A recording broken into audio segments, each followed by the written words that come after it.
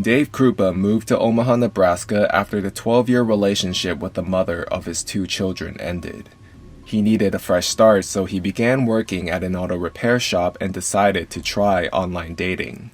He started going on dates with a girl named Liz and some other women, but made it clear he just wanted to keep things casual. While working one day, a woman named Carrie came to the repair shop, and immediately her beauty caught Dave's eye. A 37-year-old single mother.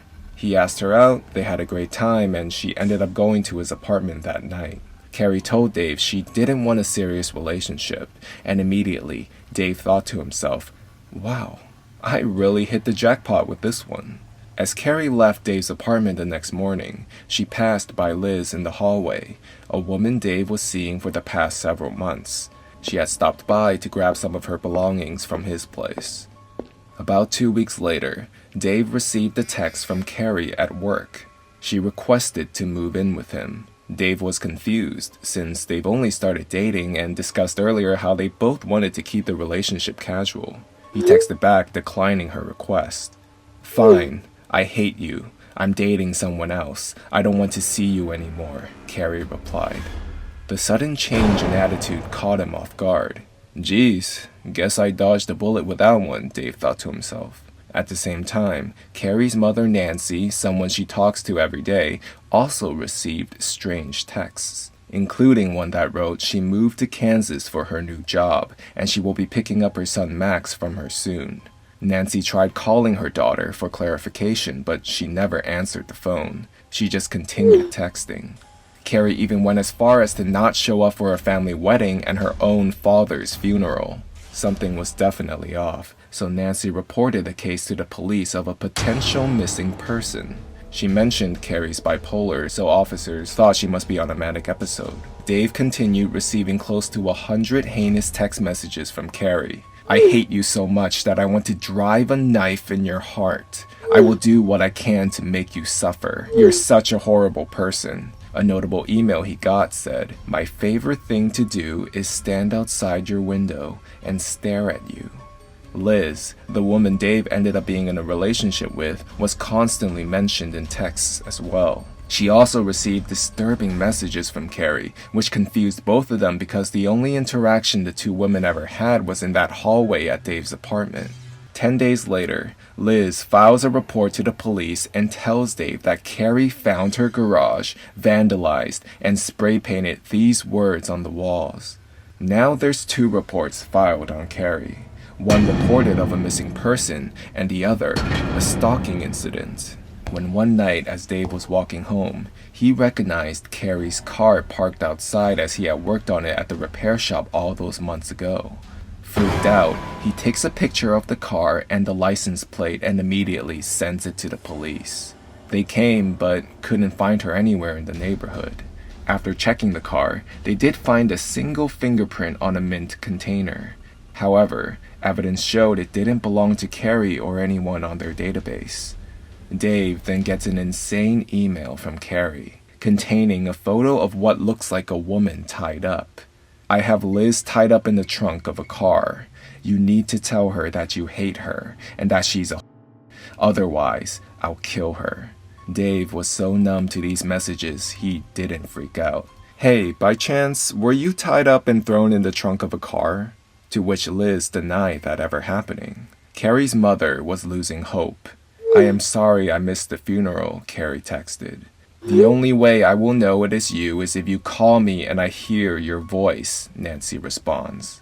Carrie's son Max was equally as suspicious. This person texting is not his mother. He sends her a message and quickly gets a response. Hey little man, how are you? Max asks the stranger 3 questions. 1. What is my middle name? 2. What was our first boxer's name? 3. Who was my best friend as a little kid? No response. On Carrie's Facebook account, this message gets posted. I have answered enough questions to prove myself to everyone. I am done. You can't either believe I am your daughter, mother, sister, and friend that you have known your whole life, or you can just leave me alone. I have proven myself over and over, and I'm done. I left on my own free will and I am sick of everyone giving me a hard time for doing what I needed to do. I am not missing, I just don't want to come home right now.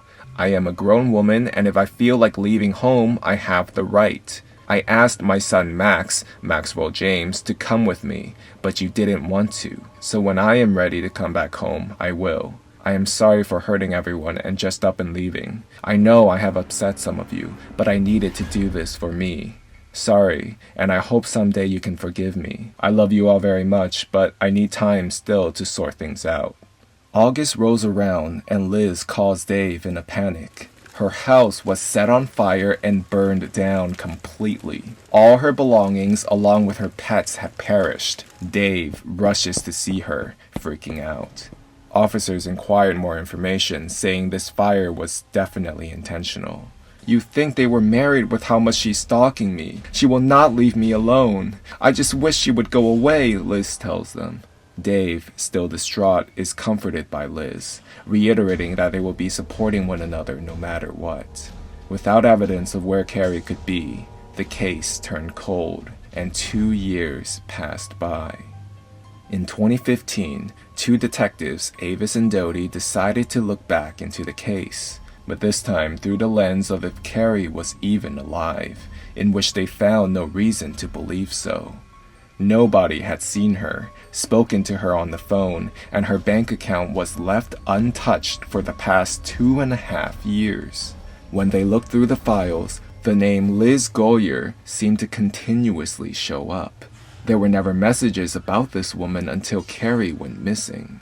Dave and Liz had given permission back in 2013 to have the contents of their phone downloaded when they first reported Carrie stalking them. They noticed Dave had received tens of thousands of texts from Carrie over the span of 2 years, and one specific image was found on Liz's phone gallery. It was a photo of Carrie's Ford Explorer, the one Dave took a picture of and sent to the police. And when looking through the data, the photo was taken a month prior to when Dave contacted the police about it. They noticed Liz had called Carrie's phone 6 times using *69 to block her caller ID, even though she claimed their only interaction was at that hallway. There was another photo of Liz duct taped in a car, but it was taken on Liz's phone, presumably using a self-timer. They decided to check the car again, thoroughly this time, and what they uncovered were bloodstains beneath the passenger seat. Liz became their prime suspect, and coincidentally, she files another report. She now believes that their stalker was Dave's ex of 12 years, Amy, the mother of his children, and that she killed Carrie. Shortly after, dispatch gets another call. This time, Liz had been shot in the leg at Big Lake Park in Council Bluffs. At first, she said she had no idea who it was and she couldn't get a good look, but then immediately changed her story, saying it was Amy and that she probably stole Dave's gun he had been keeping for protection. Detective Avis was immediately suspicious and didn't believe her story. They couldn't find evidence of anyone else at the park. They concluded that Liz must have shot herself. Detective Avis goes to Dave's apartment and tells him that he suspects his stalker to be his current girlfriend, Liz. And then, it all clicked for him. That's why those texts from Carrie knew what exactly he was doing. He couldn't believe she went to vandalize his shop, her own home, set her own house on fire, and killing her pets. And she shot herself in the leg. Detectives concluded it would have taken Liz 40 to 50 hours a week sending the amount of emails and texts she did to Dave. They brought her into interrogation. The IP address from the emails redirected back to Liz's address. The DNA in the blood-stained car seat belonged to Carrie, and they found the fingerprint from the mint packet in the car to be Liz's. And the final damning evidence was when they found an SD card in her tablet carrying thousands of deleted images, one of which was of Carrie's decomposing body. Even when confronted with all the evidence, Liz denied everything. The lies, deceit, and the amount of effort to trick Dave these past 2.5 years into staying by her side, while simultaneously tarnishing Carrie and his ex-wife's name, will never be understood. In 2017, Liz Goyer was sentenced to life in prison without the possibility of parole.